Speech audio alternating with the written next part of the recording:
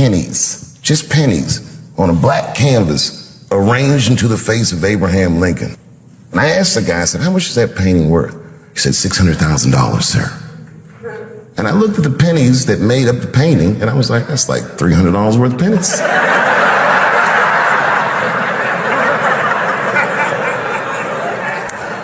A light bulb went in my head. I realized the value of art. Some of the biggest wars and crimes and scandals in history were financed through the theft of art. Art is a powerful commodity. And artists, if you're good at it, should never behave as a commodity. That's a tough one.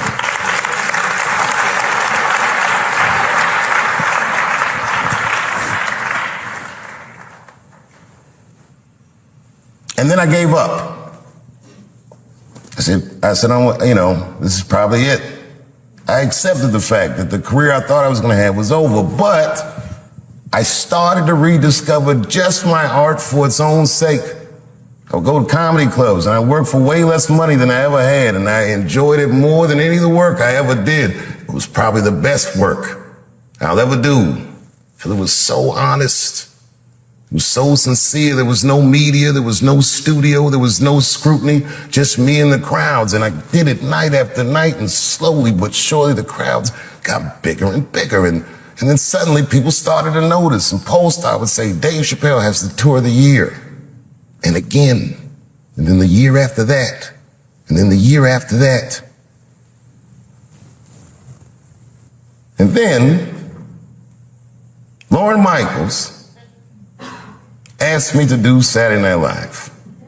And it wasn't just like he asked me.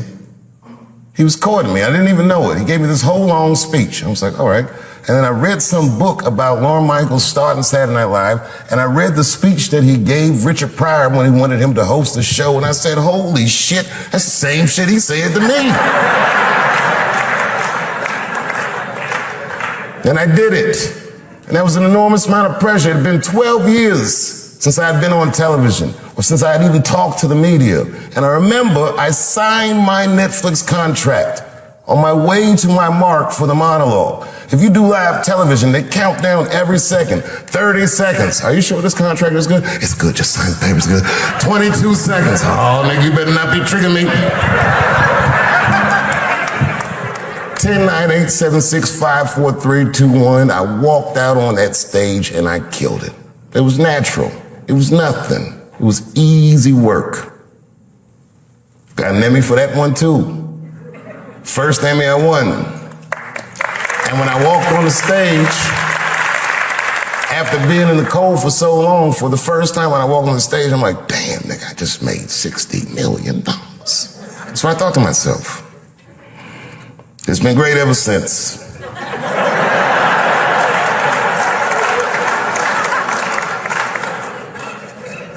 Really, I could do these specials like Steph Curry. I'll be shooting from inside, outside, all night. It's been great ever since. A lot of my friends are athletes, and I never could understand what it would feel like to only have a limited amount of time to be great. You got 20 years to be the best, or 30 years to be the best. But when you do art, you could be great whenever the will decides that you're great. I feel very lucky for that. And I never forgot this school. I've always come back and checked in. One of my favorite honors was doing the commencement at Ellington. I can't even remember what year it is. I just remember they cheered for me when I came out. I wasn't a big star, but I was their star. And I felt like I was home.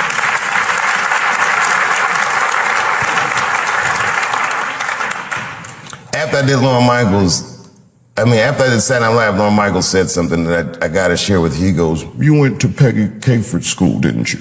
That's what he said. And I said, I did. And he said, I want to say this Saturday Night Live. He goes, tell her I owe her money.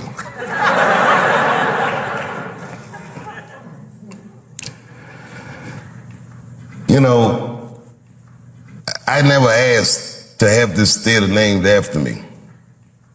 Peggy asked me. She was ailing, and I went to her house to visit her. She said, I want you to put your name on the school. She said, it will help us raise money for the school. And to me, it was like, I felt like I'm a little young for that, and I'm still kind of using the name, you know what I mean? Let's see what I do with it first. You never know, you know.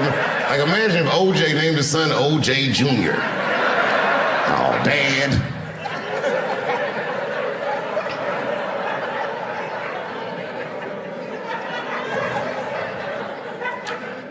And around then, I was receiving the Mark Twain Prize, huge honor.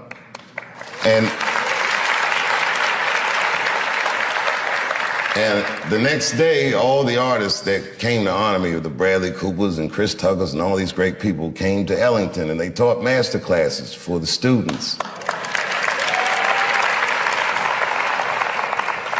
And Peggy Cooper Cafritz, as sick as she was, got out of her bed so she could be with her babies. She never left us. So I did it. Say, you know, whatever you want to do, however I can help, I'll do it. I got to tell you, if you quit a show like Chappelle's show, I don't know if you know what happens to you professionally, but I'll tell you what doesn't happen. They don't just say, well, good luck in your future endeavors. With that media, they beat me up. With their power, they tried to make me behave. It takes a strong person to stand out in the cold like that. And I swear to God, so much of the strength I got to do that, the inner warmth I got to do that, I learned in this school and from my friends who helped raise me.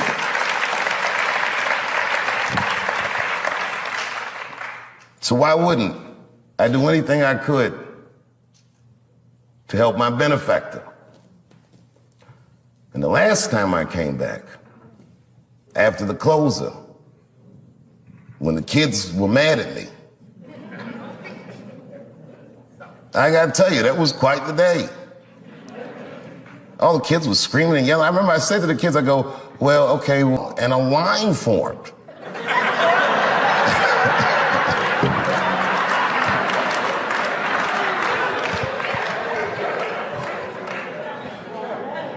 These kids said everything about gender and this and that and the other, but they didn't say anything about art. And this is my biggest gripe with this whole controversy with the closer, that you cannot report on an artist's work and remove artistic nuance from his words.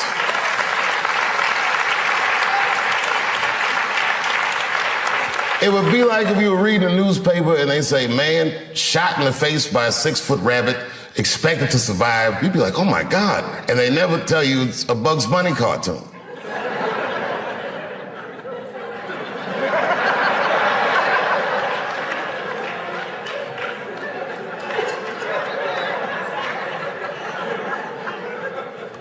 I took a lot of cold shots in show business.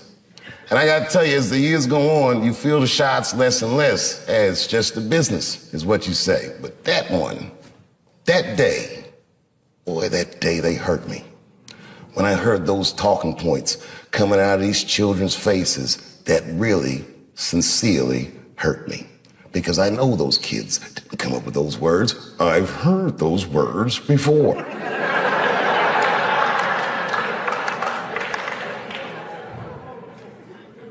The more you say I can't say something, the more urgent it is for me to say it. And it has nothing to do with what you're saying I can't say. It has everything to do with my right, my freedom of artistic expression that is valuable to me, that is not separate from me. It's worth protecting for me, and it's worth protecting for everyone else who endeavors in our noble, noble professions. And these kids didn't understand that they were instruments of oppression. And I didn't get mad at them. They're kids, they're freshmen, they're not ready yet. They don't know. What made me mad, and I am this petty,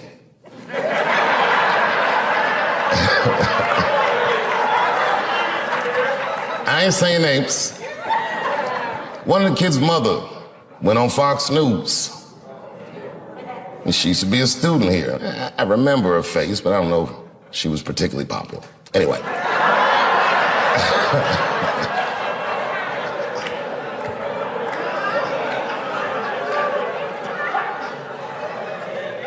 She was in the literary media arts department. She said a lot of things that I didn't like, a lot of things, but, you know, that's her right. Things she said that got to me.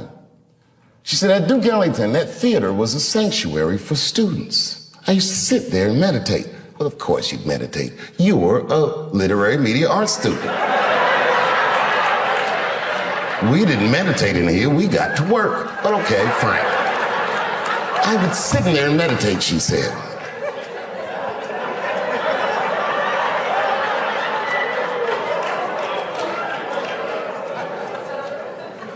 And then she scrunched her face up.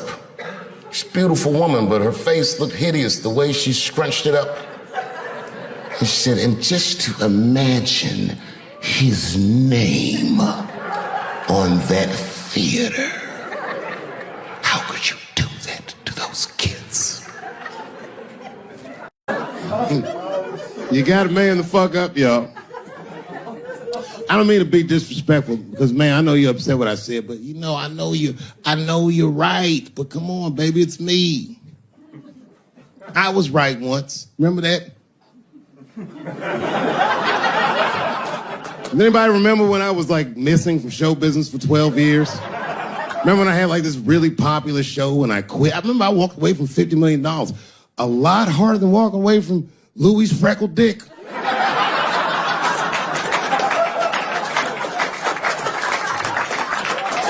I didn't know that I'd ever work again. And yet here I am tonight. Did my dream die? No. I remember that shit. You don't remember that when I quit my show? Remember, I went on the way out the door, I said, something's wrong in Hollywood. I believe they said I smoked crack.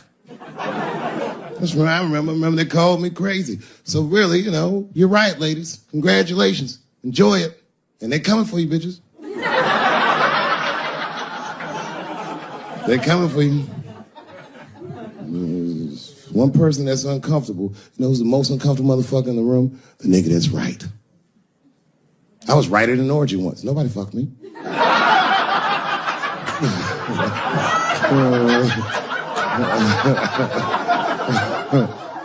was just walking around like Tom Cruise at the movies, just looking.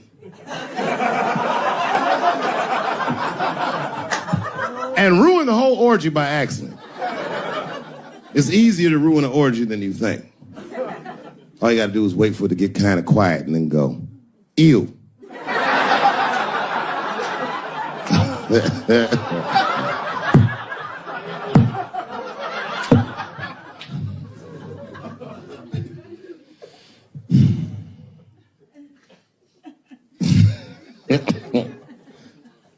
I know I feel bad. But I just feel, yeah, man, well, you ladies are right. To be honest with you, your lives look terrifying to me. They do, man. I know nothing about being a woman, but I know fear. Yo, I used to live in New York when I was 17, and I couldn't even pay my bills. You know what I did to make money? I used to do shows for drug dealers that wanted to clean their money up. And one time I did a real good set, and these motherfuckers called me in the back room. They gave me $25,000 in cash. I was probably 18, 19 years old. I was scared. I thanked them profusely. I put that money in my backpack. I jumped on the subway and started heading towards Brooklyn at 1 o'clock in the morning. Never been that terrified in my life.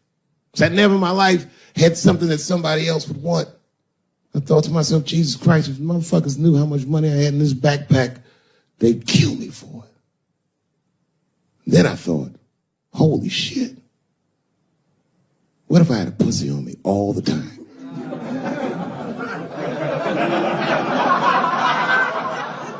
That's what women are dealing with. I'm gonna tell you right now. It's real talk. If them same drug dealers gave me a pussy and said, put this in your backpack and take it to Brooklyn, I'd be like, nigga, I can't accept this.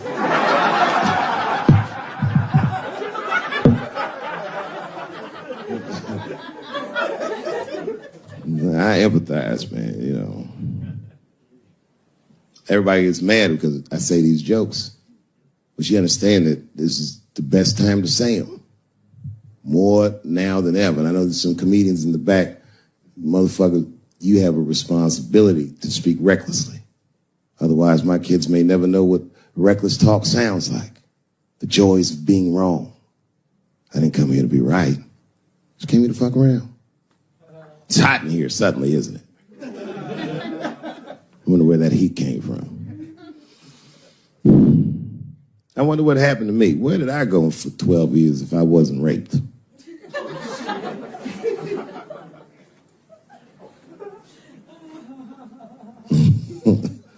Maybe there's something else going on.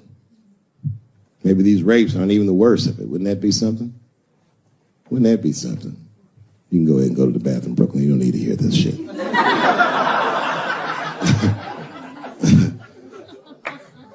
You see that motherfucker right there? He's under an enormous amount of pressure. He is. Just being big and black with that hairdo, nigga, motherfucker's a suspect for everything. It's that white collar crime.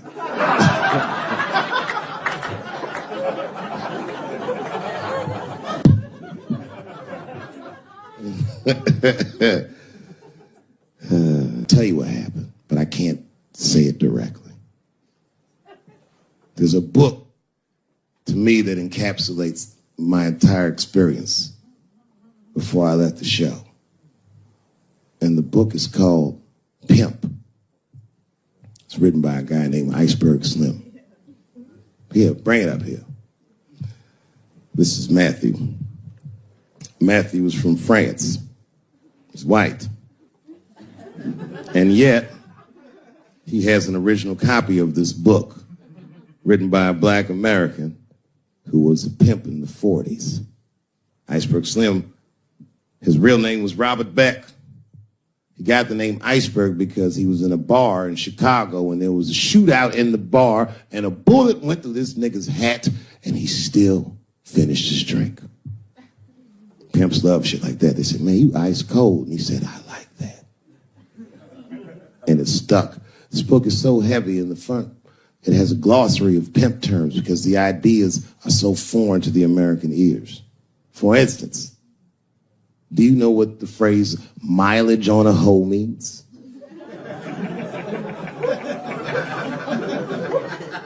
Of course you don't. Mileage on a hoe is a very wild concept.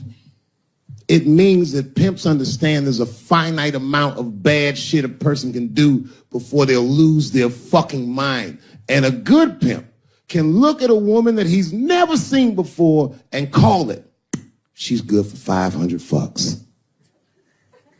That's her mileage. Anything over that, that bitch is gonna spill. They do it to you. Why the fuck you think most of us work from 9 to 5? Because 9 to 6 might kill a bitch.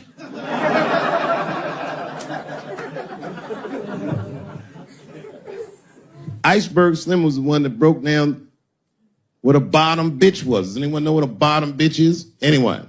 What's a bottom bitch, sir? It's your prostitute that's the best out of all of them, that brings in the most money. That's right. That's exactly right. Are you black? That's right. A bottom bitch is a pimp's number one hoe. She's even a bitch that helps him keep the other bitches in line. I will repeat. She's even the bitch that helps him keep the other bitches in line. If the pimp was McDonald's, and the bottom bitch is French fries. The rest of them bitches like fish sandwiches and cherry pies and shit like that.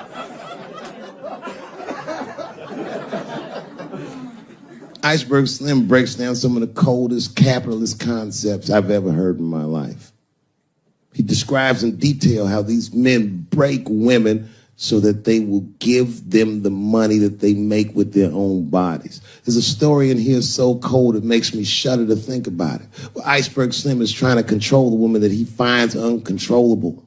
So he asks older pimp how he can rein her in. And the older pimp says, oh, that's easy, Iceberg. All you have to do is beat that bitch with a coat hanger and then run her a bath and give her some pills. She'll be so grateful that you fixed her that she'll forget you were the motherfucker that beat her in the first place. That's some cold shit. Now, the end of this book, Iceberg Slim tells a story. It's kind of the crescendo of the book. And in the story, Iceberg Slim's bottom bitch is at the end of her mileage. If she was good for 500 fucks, she was at 498. She was bubbling. You could see it. She was going crazy. She started saying all kinds of shit. Oh, I always wanted to be in circus. Circus, this bitch is loose. I can juggle too, you know. Juggle. He had to let her go. It's hard to let her go. A bottom bitch go. And he wasn't ready to let her go because his organization couldn't handle losing her. But she didn't know that. She didn't know how important she was. So what he did was he called her to a diner. He said, look, bitch, you and I got to part ways. She said, fine, motherfucker. I don't need you anyway because I know somebody at Ringling Brothers. She's like, all right, bitch, whatever. I got one last trick for you. It's a big money trick. You do this for me, you get paid, I get paid, and we go our separate ways. She said, fine, motherfucker, what do you want me to do? He said, okay, there's a guy in that hotel across the street. He's waiting for you in room number 7. I want you to go over there and I want you to fuck him. But before you do, I need you to put some of this stuff in his drink. And then he's going to fall asleep. When he does, there's a briefcase on his bed. Bring the briefcase to me. That's the trick, bitch. Can you handle it? She said, fuck yeah, I can handle it. I can't wait to get rid of you. And she ran outside, jumped on a unicycle and pedaled across the street. An iceberg washer. He was like, man, she's pretty good. Man, if I never jerked off in her face, maybe she would have been in the circus right now.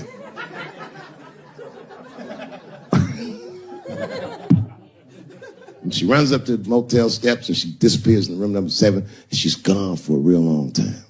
Real long time. So long, in fact, that Iceberg got a little worried. But then, suddenly, she came back. He said, what's going on, bitch? Where's the briefcase? She said, I didn't get it, Daddy. He said, what do you mean you didn't get the briefcase, bitch? What's wrong with you? She said, oh, I did everything you said, but that man don't look right. Something wrong, Daddy. He said, what do you mean something's wrong, bitch? Did you put that stuff in his drink? She said, I did everything you said, Daddy. I put all of it in his drink. He said, wait a minute, bitch. Wait a minute. You put all of it in his drink?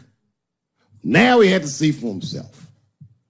So the two of them go across the street to the motel and they go into room number 7 and on the bed, laying lifelessly, is the white man that she was supposed to fuck. And Iceberg said, you right, bitch, she don't look good. What the fuck? So he called a friend of his that was a doctor that was close by. And the doctor came in, gave the guy a thorough examination and told them both what was obvious. Slim, this motherfucker is dead. Oh God, Daddy, oh no. Oh no, we killed him. He said, calm down, bitch. We didn't do anything. You killed this motherfucker. And then he reached on the bed and he grabbed the briefcase. He popped it open. It was filled with money. More money than any of them had ever seen. And Iceberg took a little bit of the money and gave it to the doctor, and the doctor left discreetly.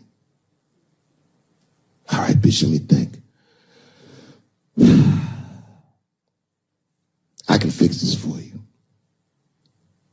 I know somebody I can call. But if I call him, I'm going to owe these motherfuckers a big favor. Oh, God, Daddy, please. I don't want to go to jail. Neither do I, bitch, so will you shut up? She picked up the phone. She heard him mumbling in the phone a little bit. He hung up the phone, and she was pacing the room, and he was just standing there cool, and they were waiting, and then suddenly, a van pulled up downstairs. 2 guys get out with a carpet. They walk upstairs. They roll that carpet out on the floor. They throw the body in the carpet. They roll that motherfucker up like a burrito. They pick that shit up and they throw it in the back of the van. They come back up and Iceberg opens the briefcase again and gives them a little money. He says, I'll get in touch with you guys later. They say, you're not going to get in touch with us at all. We'll find you. He said, whatever, nigga. And they bounced. Oh, God, Daddy, oh, God. He says, relax, bitch. Listen, we getting the fuck out of here. You go downstairs, you get the car. We got to leave separately. She went, she got the car. Iceberg grabbed that briefcase, waited a few minutes, looked out the window, and then he went down with her. They both got in the car and they drove off. She was a blubbering mess. Oh, you did all this shit. He said, I told you, bitch, we didn't do anything. You killed a motherfucker and I cleaned him up. And now we got us a secret, okay? I know I'm not gonna tell, bitch. It's you? Oh, no, I ain't gonna tell. I'm gonna need you to stay with me for a while till this shit cools down. She goes, okay. That's the game. That's how the whole shit works, ladies. You understand? This bitch was at the end of her mileage. She was at 498. She ended up tricking for Iceberg for another 6 months. She must have turned another 200 tricks for him. Do you understand? Some cold shit. And the cold shit about it is that the dead guy on the bed wasn't even dead at all. This motherfucker was just a friend of Iceberg's acting like he's asleep. The doctor wasn't a doctor, it was a motherfucking butcher that happened to have a white coat. And the dudes who came in the moving van clothes was dressed like movers because they were movers. Iceberg had gotten a new apartment. And the bag of money was Iceberg's money in the first place. The money he got from all those women. That's a cold game. That's the motherfucking capital. I've been watching that new OJ show. I can't get enough of that shit. Doesn't it bring back good memories? What's that? But I forgot how, like, just how polarizing that OJ case was. And you know, I've met OJ Simpson on 4 different occasions in my life. And before the end of the show, I will tell you about each of those occasions. The first time I met OJ Simpson, I was in Santa Monica. Santa Monica? Yeah. I can't believe a black dude was like, Santa Monica. He was the last niggas I was expecting to say that. See your shoes. You got some Vans on, nigga? What you got on? Santa Monica! You? At the time, I was 18. I had done a show, and then a guy from the club came up and was like, hey, O.J. Simpson's here, and he said he wants to meet you. I said, what? Fuck yeah. I ran down the steps, and O.J. was down there. He was like, hey, yo, man, how are you? It's very good to meet you, and you're doing really good work, and I hope good things happen for you in your life. I was like, man, thanks, Mr. Juice. Standing beside him, well, I don't know the nice way to say this, his soon-to-be slain wife. Ladies and gentlemen, man the fuck up or you're not gonna make it through the end of this show. Just man the fuck up. She's dead. You already know. We know what happened. We don't know who did it, but we know what happened.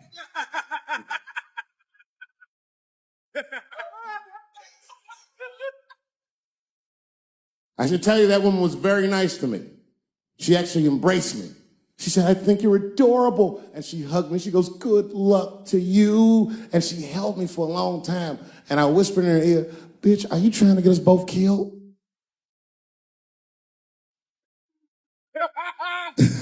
I'm just kidding. I didn't say that. But that was the first time in a nutshell. The second time I met O.J. Simpson.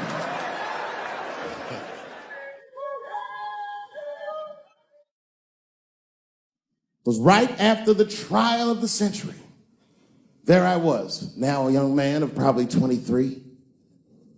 O.J. Simpson was the most famous or infamous face on planet Earth. I was in a restaurant in Beverly Hills with my agents. I wasn't alone in the restaurant, but I was alone. I was the only black person in the restaurant. And in the 90s, that felt very uncomfortable. Now I tend to enjoy it at this age.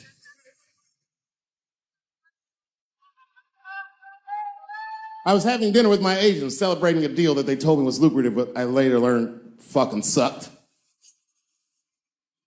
And suddenly, a group of women walked by.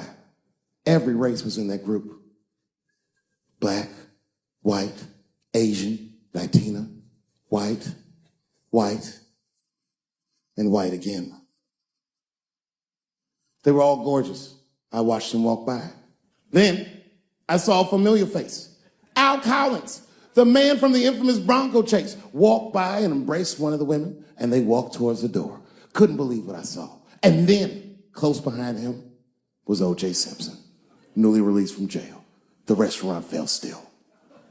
I was shocked. I didn't mean to say it out loud, but it just came out. O.J.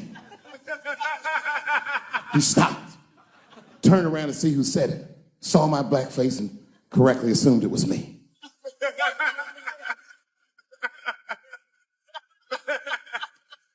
I was sitting in the corner of the booth. He leaned over all the white people I was having dinner with and shook my hand. How are you, young man? He looked in my eyes, and I could see in his eyes that he didn't remember meeting me the first time. And then he walked away. And I looked back at my agents, and all of them had nothing short of disgust on their faces. And the only one with the courage to voice their disgust was a woman named Sharon, who used to represent me. How could you, she said. How could you shake hands with that murderer? I said, Sharon, with all due respect, that murderer ran for over 11,000 yards.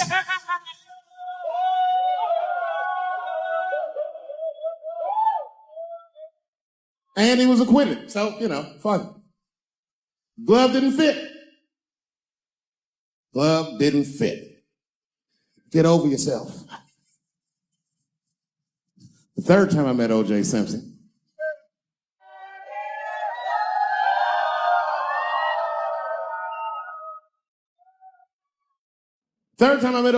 I was doing great in life. I just finished the second season of Chappelle Show. Man, those were good days. I was playing a comedy club in Miami, the Improv. I don't know if you've ever been, but if you have, you'd know. The door for the green room is right on the stage. Can you imagine such a thing? If I walked out of the door of the green room, bam, I'm just right here. It's right from the dressing room. And I did that. I walked out, and the whole crowd was like, hooray! And I looked, ma'am, as close as you are to me, I saw him as soon as I came out, the Juice. And I saw recognition in his eyes, and it filled me with pride that he knew who I was. I didn't acknowledge his presence because it was a white audience, and I didn't want to start a panic.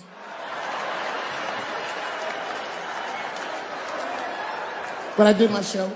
Show went great. I said, good night, everyone. They all said, yay! And I didn't say nothing to OJ, but I just gave him the signal, let him know I knew he was there. And I walked into the green room, and OJ was already in there. I was like, how the fuck is this possible? I was scared.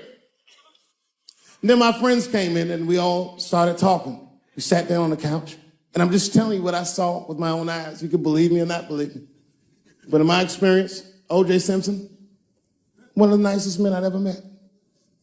He was nice to me. He was nice to my friends. The conversation was filled with warmth and levity, humor, and wisdom. He talked for 90 minutes, and then suddenly the Juice said, you know what? I've got to be going. But it's good to see you again, and I'm glad things went so well. I said, thanks, Juice. And my friend said, yeah, goodbye, Mr. Juice. They're new to the game. He said, no, thank you for your hospitality. Good night, guys. And we said, good night. And he just walked out of the room. And as soon as the door closed, we all looked at each other like, that nigga did that shit.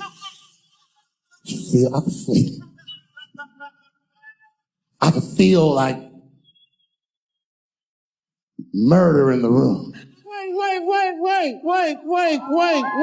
I forgot. The fourth time I met O.J. Simpson,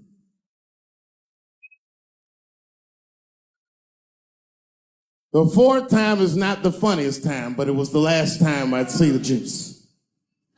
For some reason, I was at the Kentucky Derby. It's a very long story. This is right after I quit Chappelle Show in spectacular fashion. There was a party hosted by Michael Jordan, and every athlete I'd ever admired was in that room. Yes. And then I saw a familiar face by the bar, standing there, drinking alone. It was Chris Tucker. Now, you have to remember, at this time, we were both technically missing.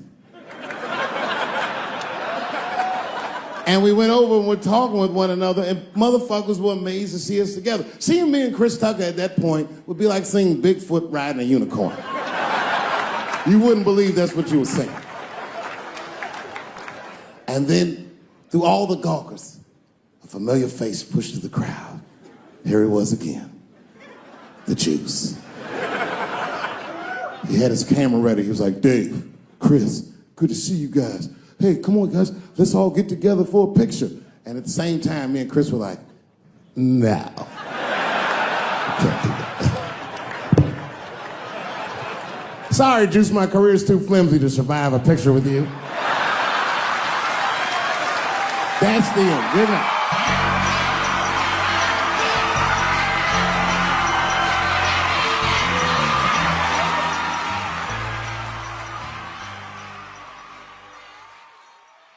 Kevin is one of the greatest comedians I've ever seen. And Kevin is one of the greatest men that I've ever known. Hello, Jerry.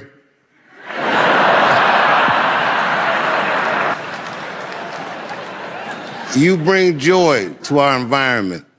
People don't know all the things that comedians go through and how difficult, how heavy it is to wear the crown.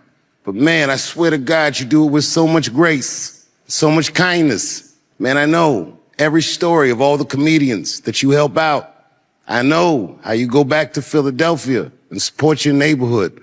And I know that inside you feel awful sometimes, but I've never seen it on your face, and I've never felt it in your presence. And I am honored to know somebody like you. I really wish you would have come when I won this award.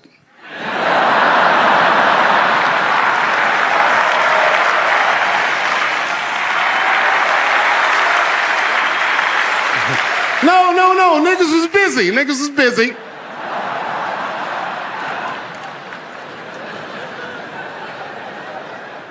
I said it about myself, but it's true about many of my colleagues, all of my colleagues here tonight. In your life, in any given moment, the strongest dream in that moment wins that moment. And my God, Kevin Hart, you are a very powerful dreamer. I love you so much. And never forget that I said it, because we only get to talk on podcast. I'm fucking with you. If you call your brother, I'll come running. And you deserve that. And you have earned that. And you have earned this. What you have done for this genre is unmistakable. For the first time in my life, I played arenas with Chris Rock. And I would never play an arena before I saw you do it. You made me dream bigger, and you're younger than me. It's humiliating. But it's inspiring, man. I hope that this moment means the world to you. And I gotta tell you one story. When I quit Chappelle's show, the hardest part about it, not the hardest, but a hard part about it, was that I had to watch the world go on without me. And after some time, I got used to it. And one day, my son came home and was looking at me like I was crazy. And I said, what does that look in your face? And he said, Kevin Hart just said in an interview that you were one of the greatest comedians that ever lived. And I was like, yeah. But in my mind, I was like, he did? And I thought to myself, if I ever had a chance to honor you in front of your family, boy, I'll come running. I just wish it wasn't this Sunday, because I was supposed to be in Jamaica.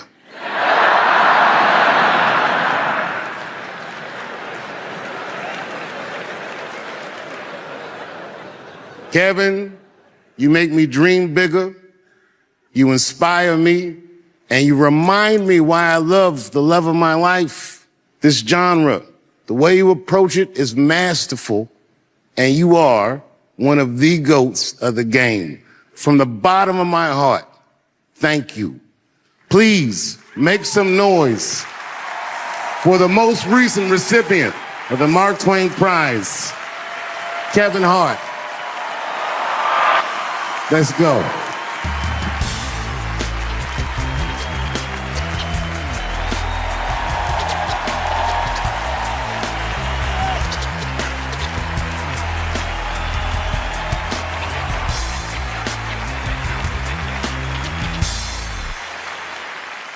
It's complicated. I was in a bar in Austin with my wife, and it was during COVID, and a woman came to our table, and she was maskless, and this bitch came over, no mask, all H words. Hi, how are you?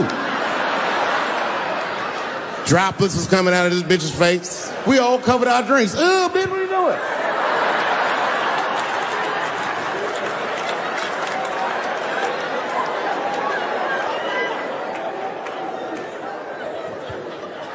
Now, I looked over at the table that she came from, and I peeped game. The men at the table were filming me.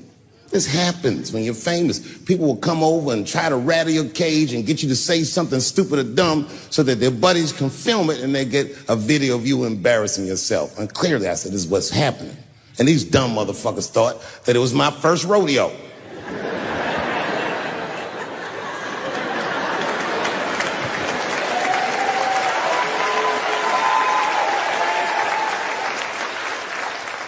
Sadly, it worked.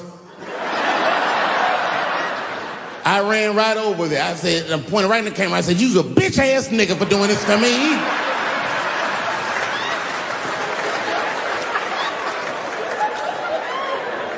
And the dude was shocked that I said it. He said, oh. And when he did like this, I seen all his fingernails was painted, and I realized, like, uh-oh.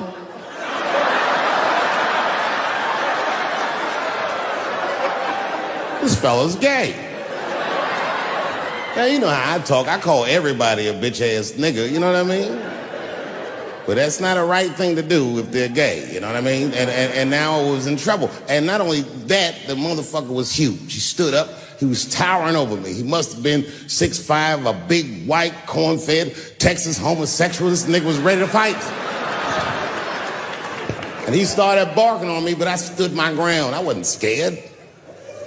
How could I be scared? This motherfucker's shirt was tied up in a knot like this. Oh, fuck this guy. Let's go, nigga, let's go. I thought we were gonna come to blows. I was ready, And then, right when you think we would fight, guess what he did? He picked up his phone and he called the police.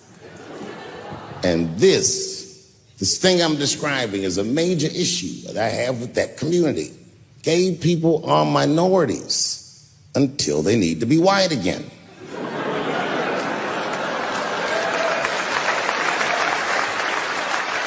I'm being very brutally honest so we can solve this problem. I'm telling you right now, a black gay person would have never done that to me. Because a black gay person knows when the police shows up, they're not gonna care who called them. They don't show up like, which one of you niggers is Clifford? We're all Clifford.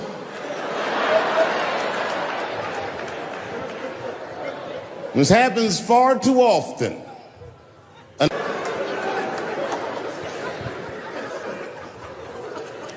And now we get to the core of the crisis. What is a woman? What is that in this day and time? Is there even such thing as a woman or a man or anything? Seems to be a question nowadays. Now listen, women get mad at me. Gay people get mad at me, lesbians get mad at me, but I'm gonna tell you right now, and this is true. These transgenders, these niggas want me dead. I've gone too far, I've said too much. And I gotta tell you, I'm very worried about it. I'm not even joking. Every time I come out on stage, I be scared. I be looking around the crowd, searching for knuckles and Adam's apples to see where the threats might be coming from.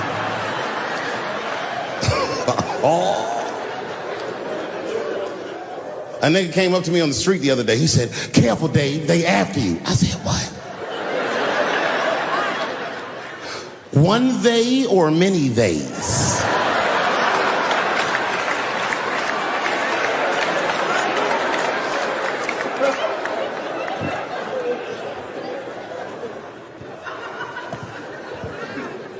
Before I even say anything about that community, you must know, and I hope you all feel the same way, I am not indifferent to the suffering of someone else.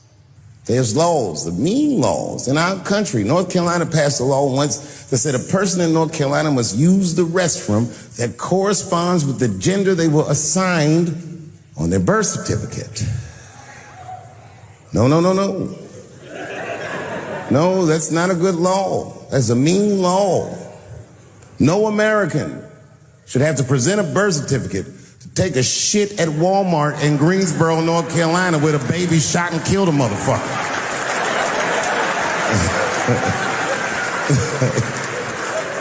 You have to ask yourself, if you're thinking about it, who are these laws designed to protect? Like, let's say they designed this law to protect me, my interests. Transphobic comedian Dave Chappelle. And let's say that I'm in Walmart doing a little shopping with my family. Now, I should tell you, if that ever happens in real life, you should know that my dreams didn't work out. But let's say something goes horribly wrong, and there I am in Walmart with the poor whites rummaging around for mediocre goods and services.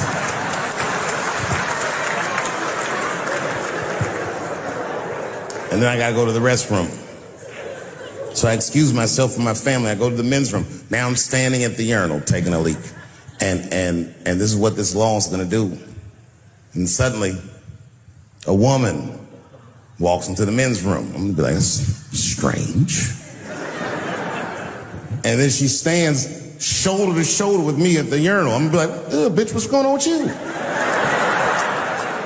And then she hikes her skirt up and pulls a real live, meaty dick out. And what do you think I'm gonna say? Thank God she's in here with me. At least now I know my family's safe. No, I'm not gonna feel that way at all. I'm gonna feel very uncomfortable. I would feel better if it was a man with a vagina who backed up to the urinal next to me.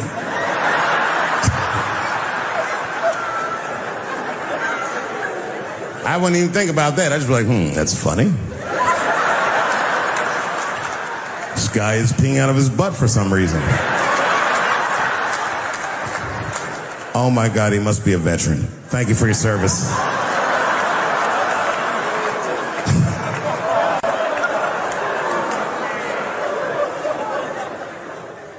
I'm not indifferent to people suffering because I know it's hard to be everybody. We blacks, we just got our first big holiday in a long time. Happy belated Juneteenth to the blacks.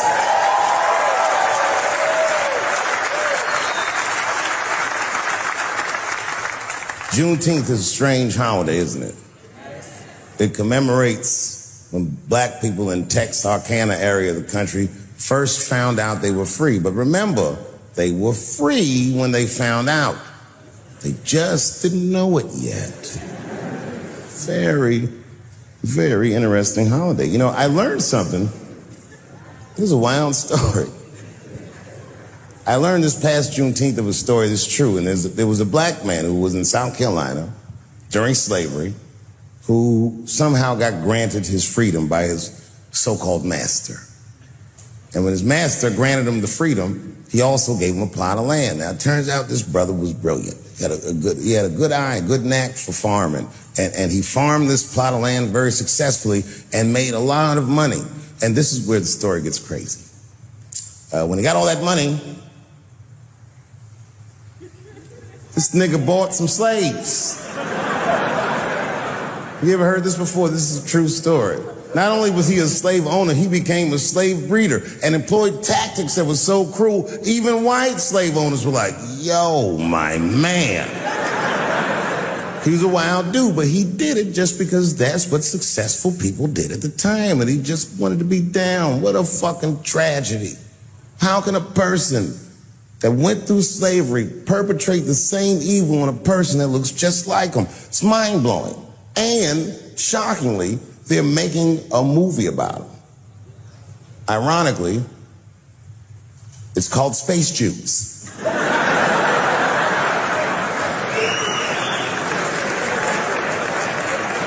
Space juice.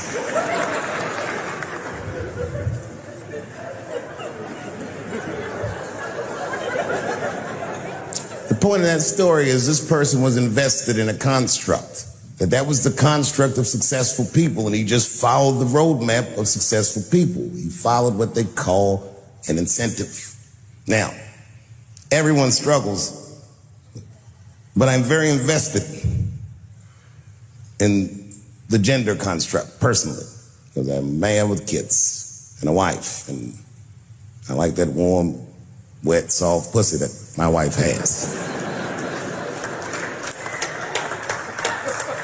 This does not mean that I feel like another point of view. Another time, about 6 years ago, there was a lesbian woman that tried to sell a story about me to TMZ. Thank goodness TMZ could see right through the sham of that story. This woman claimed that I beat her up in a nightclub because she was a lesbian. That is fucking crazy. Bitch, I didn't even know you was a woman.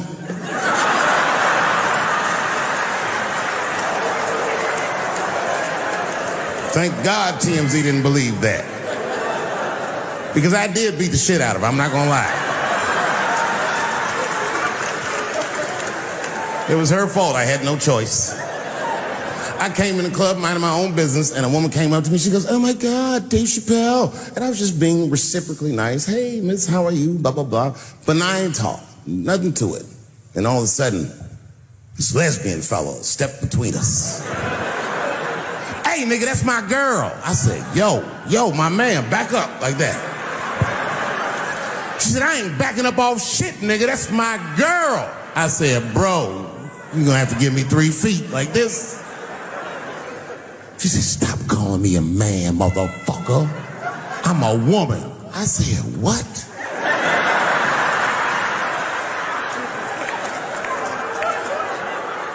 And then I looked deep in this nigga's cheekbones. I said, "Oh my God, you are a woman." It was just too much for me to even wrap my mind around. But I tell you what, I unballed my fist immediately, and I softened my posture so that she would know she's in no danger. I even changed the tone of my voice. I said softly, sweetly, like a pimp might say, "Bitch, I'm about to slap the shit out of you."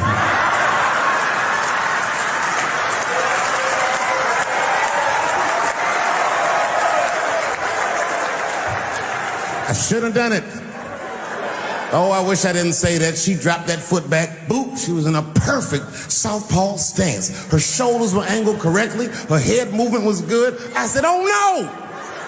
This bitch boxes for real." She threw a wild hook at me, and I saw it coming from yesterday, so I slipped it like this. I had no choice. I had to go to work. I let that jab go. You should have seen me go, nigga. I tenderized them titties like chicken cutlets.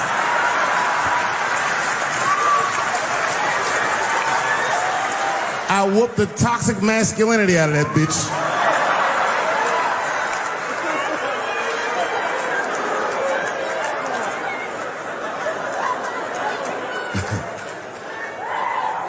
That's why I don't go out no more. Just trying to chill. I'm just trying to live a peaceful life. That's why I live in Ohio. You know, I live in a little town in Ohio. It must be like 3,700 people. Small hippie town. Culturally, it might feel like Ann Arbor to you. You know what I mean? Just a bunch of hippies and shit like that. And niggas always ask me, like, "Dave, why you live in that hippie town?" And I'd be embarrassed to tell them the truth. But you know why I live there? Because Yellow Springs, Ohio has the most beautiful women in the world. And a lot of people might disagree with me, but you gotta see them for yourself. They're gorgeous. But it all depends on what you're into, you know what I mean? I like white bitches with dirty feet.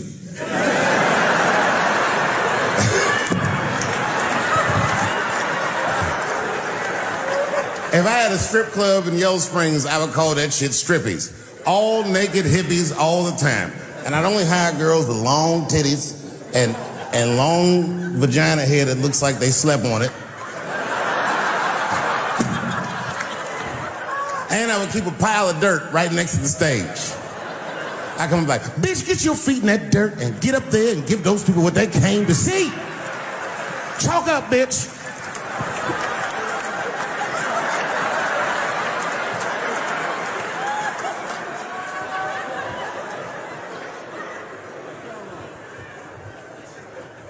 A couple years ago, I was in Ohio, shopping mall.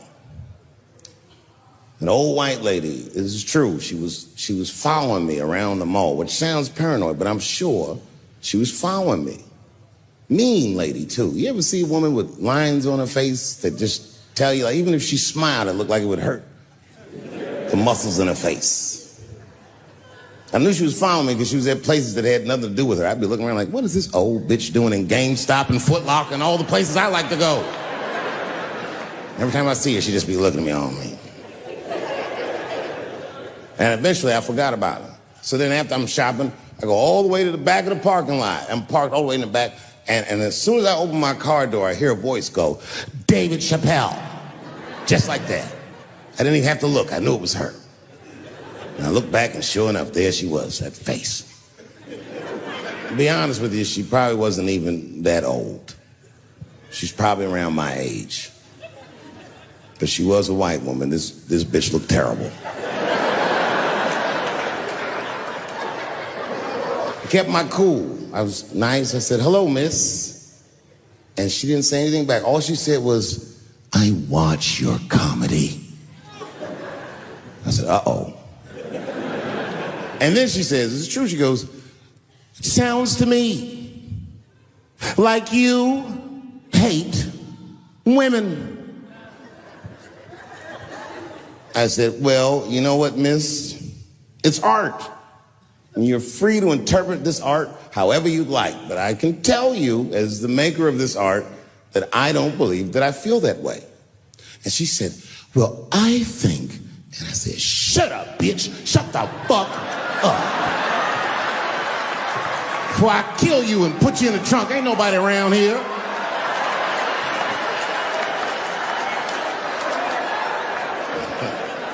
I'm just kidding, I didn't say that. I felt that way, but that's not what I said. I was more clever than that. You know what I said? And this is exactly what I said. I said, miss, before you finish that statement, let me ask you a question. Where'd you see me? Did you buy a ticket to a concert I did? I doubt that. Or maybe you watched one of my specials on Netflix. Or did I follow you to your car and do my act? She said, what? I said, keep it in the comment section, bitch, this is real life. Ta-ta.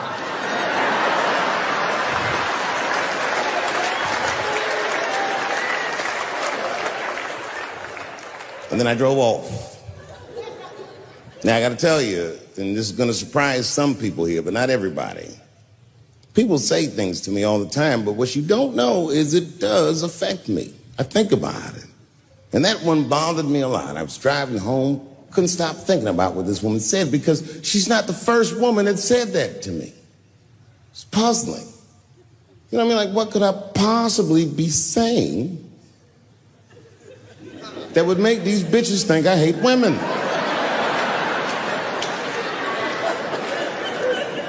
Couldn't figure it out.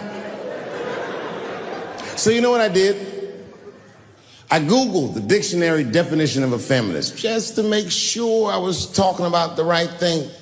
And do you know, sir, what the dictionary definition of a feminist is? I didn't either. Listen to this.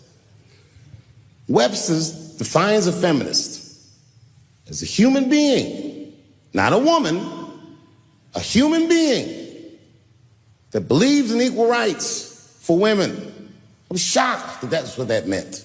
Because by that definition, I would consider myself a feminist. And I didn't even know that at the time.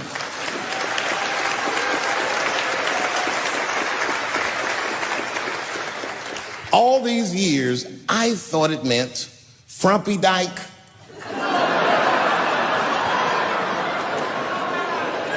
Well, that's who's always talking to me, some chick in overalls, men are trying to rape us. Ah, not you, bitch, we please.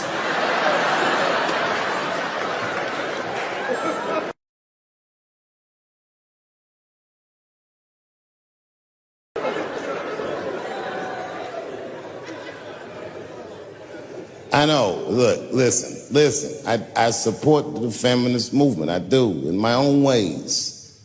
When you guys did the Women's March, I tried to go and support you. And none of my friends would go with me.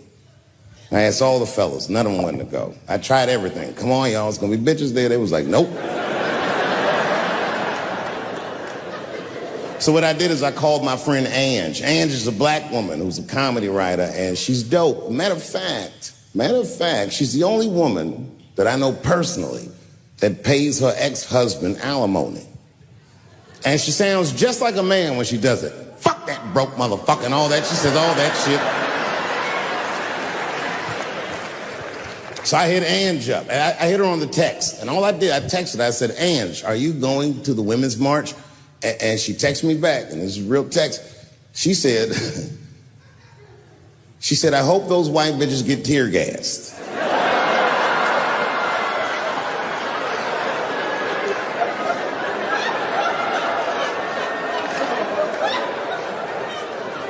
There's a problem in that feminist movement, isn't there? From its inception in America, there's always been a racial component. When Susan B. Anthony was having that meeting and Sojourner Truth's black ass showed up, read your history books. All them white women asked Sojourner Truth not to speak.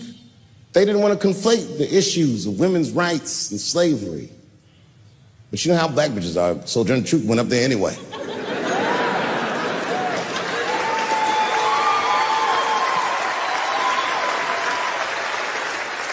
She did a famous speech. She said, ain't I a woman?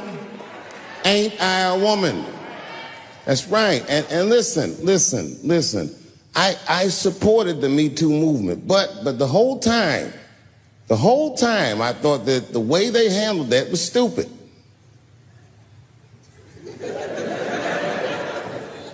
It was white. It was like, they were doing shit like going to the Golden Globes, and all of them would be like, let's all go to the Golden Globes and wear black dresses to give these men a piece of our minds. Bitch, that is not gonna work. You think Martin Luther King's gonna be like, I want everybody to keep riding the bus, but wear matching outfits? You gotta get off the bus and walk. It's real talk. Real talk, that was a silly movement. I want everybody to wear a crocheted pussy hat so they know we're serious. What the fuck was y'all doing? And then I said something about it in one of my specials, and all these women actresses came after me. I said, man, fuck y'all too, you canceled. I ain't jerking off to none of your pictures again.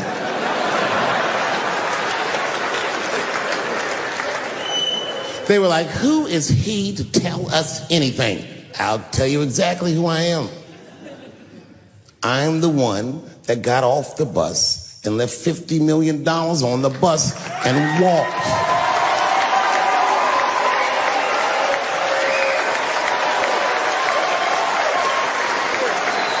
I agreed with these women. I just didn't agree with what they were doing about it. Right. No, it was annoying as fuck. Because if these women were serious, you know what they would have done? They all would have fired their agents. And they would have went to the mailroom of one of these big agencies and found a woman that was busting her hump in there and said, if you want to talk to us, then you have to talk to her. And if they did that, then she would be big and they would be big and nobody would get fed to Harvey Weinstein. But did they do that? No. Was that their idea? No. Surprisingly, it was mine. And what I think the feminist movement needs to be very successful is a male leader.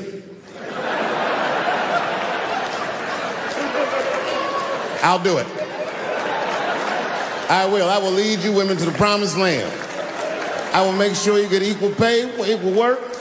I will make sure that nobody harasses you or fucks with you on the job. I will protect all of your interests. And all that I ask for in return is that you suck my dick. And now we're right back to square one, aren't we?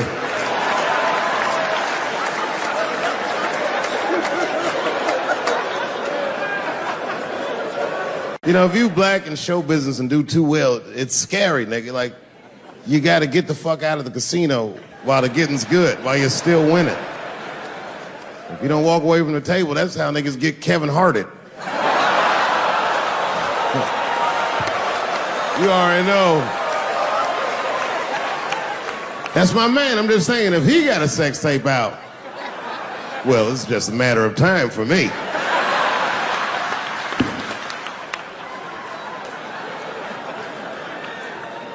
But you know why I be thinking sometimes I want to stop doing comedy? And you know, I don't want to sound like a braggart saying this, but the real reason I want to stop is because I'm too goddamn good at it. I'm dope, nigga. No, I'm not even exaggerating. It's not exciting. Every night before I come out on stage, I'll be backstage I'm sure this is gonna go well.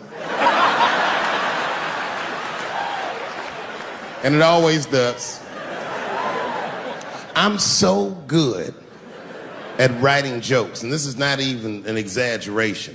I actually write jokes backwards. I will write a punchline with no particular setup in mind. I just put it on a scrap of paper, and I'll throw that scrap of paper in my fishbowl. I have a fishbowl in my house filled with random punchlines.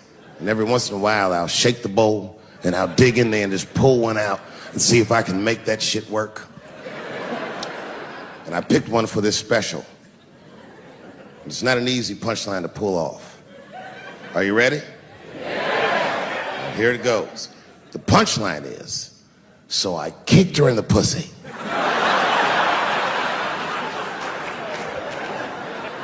I haven't finished the joke yet.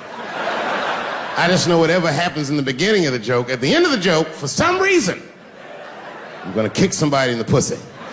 And it's going to be hilarious. And you know what's weird? I've always been this talented. I can't remember a time when I wasn't. You know, when I was growing up, I was probably about 8 years old, and at the time, we were living in Silver Spring. Yeah. Yes. Common misconception about me in D.C. A lot of people think I'm from the hood. That's not true. But I never bothered to correct anybody because I wanted the streets to embrace me. As a matter of fact, I kept it up as a ruse. Like sometimes I'll hang out with rappers like Nas and them, and these motherfuckers will start talking about the projects. Yo, it was wild in the PJs, yo. And I'll be like, word, nigga, word. But I don't know. I have no idea. My parents did just well enough so that I could grow up poor around white people.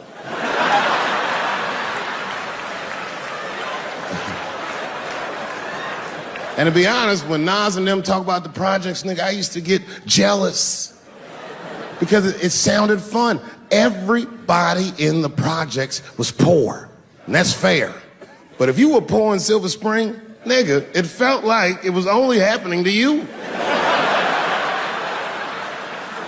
Nas does not know the pain of that first sleepover at a white friend's house.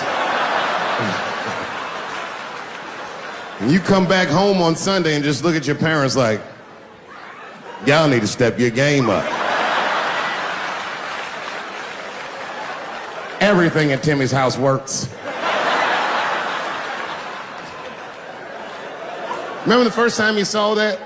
In a cold winter, and you'd be at a white friend's house and see the motherfuckers in their living room without their coats on?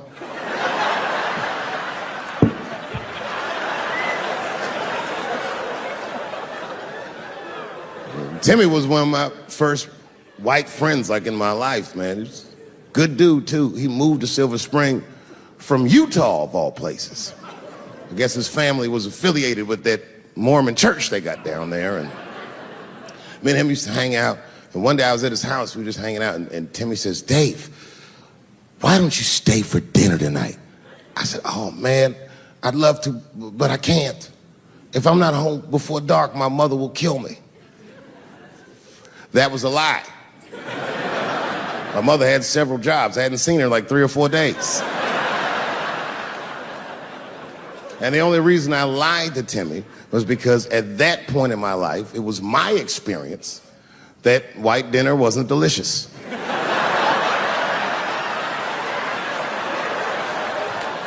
I'd rather go home and fry some bologna or some shit like that.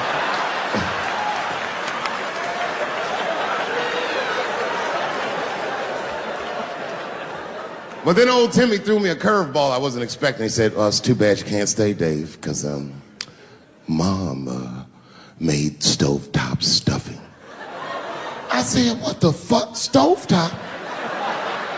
Well, hold on, nigga, let me make some phone calls real quick. I had seen that commercial so many times, I had dreamt of getting my hands on some of that stovetop stuffing.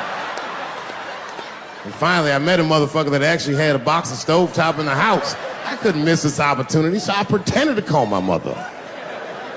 And then I came back and I said, Timmy, you're not gonna believe this great news. Mom said I can stay. And he said, fantastic. He said, why don't you come with me and we'll help set the table and then we can say the blessing. I had no interest in setting this motherfucker's table or saying these crazy ass Mormon prayers. I just wanted that goddamn stuffing. So I told Timmy, I said, you know what, I'd love to help, but let me go wash my hands first. My plan was simple.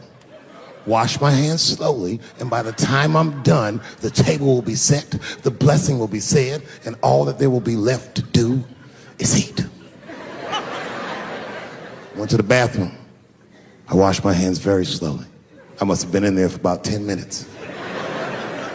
And suddenly, one of his mothers came to the door.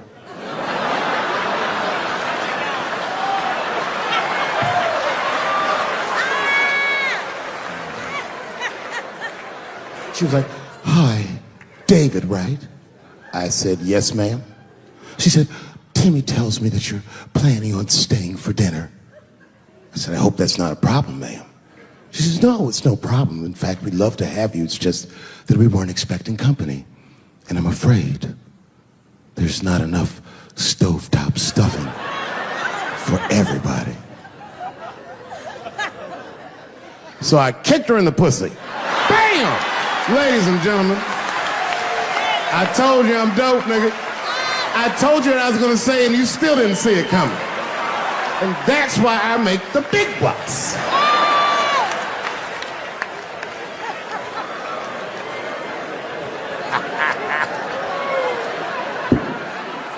Oh my God. But there's a more important reason that I would stop doing comedy right now. And this reason is the real reason that's been percolating, and it really is the crowd, not you. I'm talking about the crowd on the big stage. It's too hard to entertain a country whose ears are so brittle. Motherfuckers are so sensitive, the whole country is turned into bitch-ass niggas.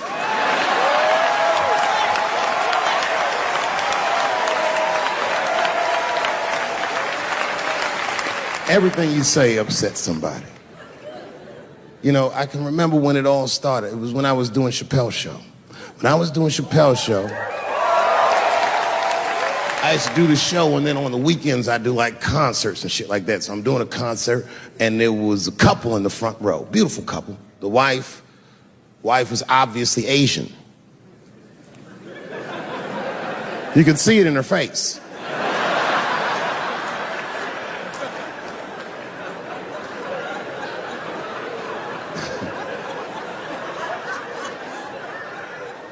The husband, this motherfucker was mysterious, to say the least.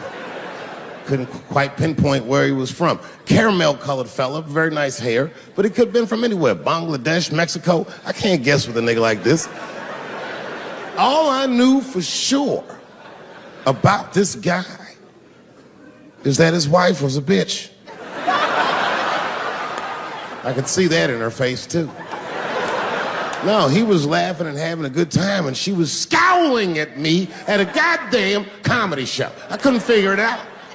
And then I realized at some point that she was pregnant, and I was smoking on stage. I said, oh my God, that's probably why she's mad. So I started to put my cigarette out, but then she hit me with one of them fake non-smoker calls. So I just kept smoking. I thought to myself, bitch, that baby will be fine, relax. And I tried to break the tension. I just asked her. That's all I said. I go, hey, where are you guys from anyway? And I could tell that she was on to me. She goes, very condescendingly, she says, I'm from California. If you're asking my ethnicity, I am Chinese. And her husband was just cool about the shit. He was like, I'm Mexican, bro. I said, well, I'm sorry if I offended you by asking, but you're a very beautiful couple.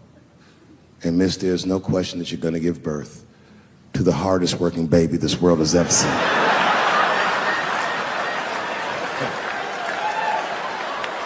That's not a bad joke. She got very upset. She got up to leave immediately, but she didn't just leave. She had to take one last dig at me on the way out. I will never buy one of your fucking DVDs again, Dave Chappelle. I said, ma'am, with all due respect, Chinese people don't buy DVDs.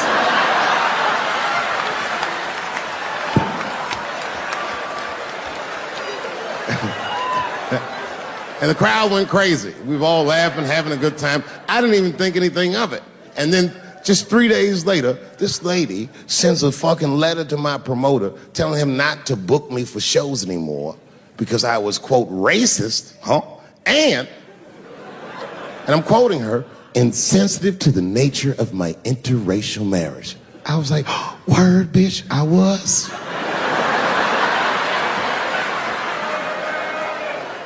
If she had just done a little bit of research, she would know that I myself am in an interracial marriage.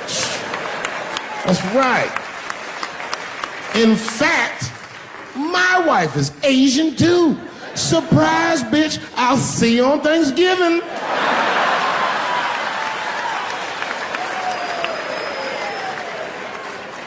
But my wife's not Chinese. She's Filipino. That's right. And our kids are Puerto Rican somehow, so there you go.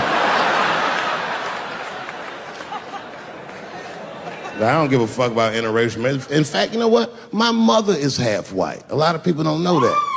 Well, all right, you were a little too excited, but okay. A lot of people don't believe me when I say that, but it's true. You can't tell looking at me, but if I grew my hair out, you would think you was at a fucking Cat Williams concert. My shit is beautiful. But motherfuckers are just taking it too far. I don't know why or how everybody got this goddamn sensitive. You know who hates me the most? The transgender community. Yo, yeah, these motherfuckers. I mean, I didn't realize how bad it was. These motherfuckers are really mad about that last Netflix special. It's tough, man. I don't know what to do about it because I like them. I always have.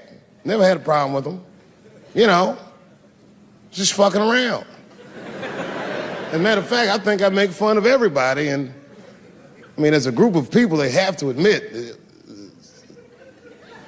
it's kind of fucking hilarious, man. I'm sorry, bro. It's like, I've never seen somebody in such a hilarious predicament not have a sense of humor about it. They're born feeling like there's something other than they're born as, and that's kind of funny, you know? I mean, it's funny if it's not happening to you. It's like that white black bitch that's in the news all the time. Rachel Dolezal. She always says that. She's a white woman, but then she dressed up like a nigga and shot her way up to the very top of blackness. And I always wanted to meet her just so I could understand. I just wanted to like have dinner with her so I could just look in her eyes and call her a nigger to her face. The fuck is that bitch talking about? I identify black. That is trans talk, lady. Stop biting. Stop biting. There's a big difference between her and a trans. The difference between her and a trans is I believe transgenders. I don't understand them either, but I know they mean what they say. Them niggas cut their dicks off. That's all the proof I need. I've never seen somebody just throw their dick away. Don't need it.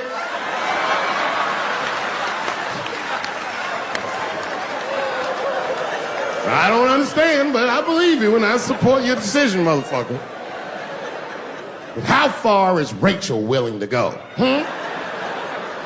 What is Rachel willing to do so that we blacks can believe that she believes she's actually one of us?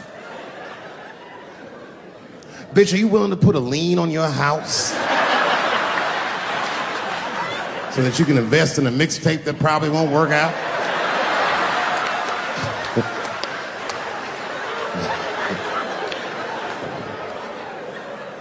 She didn't even change her name.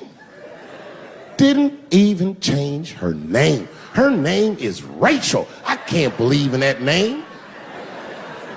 If you want my support, you're gonna have to change your name to the blackest shit I've ever heard. Bitch, you're gonna have to change your name to Draymond Green. I don't know a blacker name than that. That shit is black on paper. If you type Draymond Green into Airbnb, that shit will log off automatically.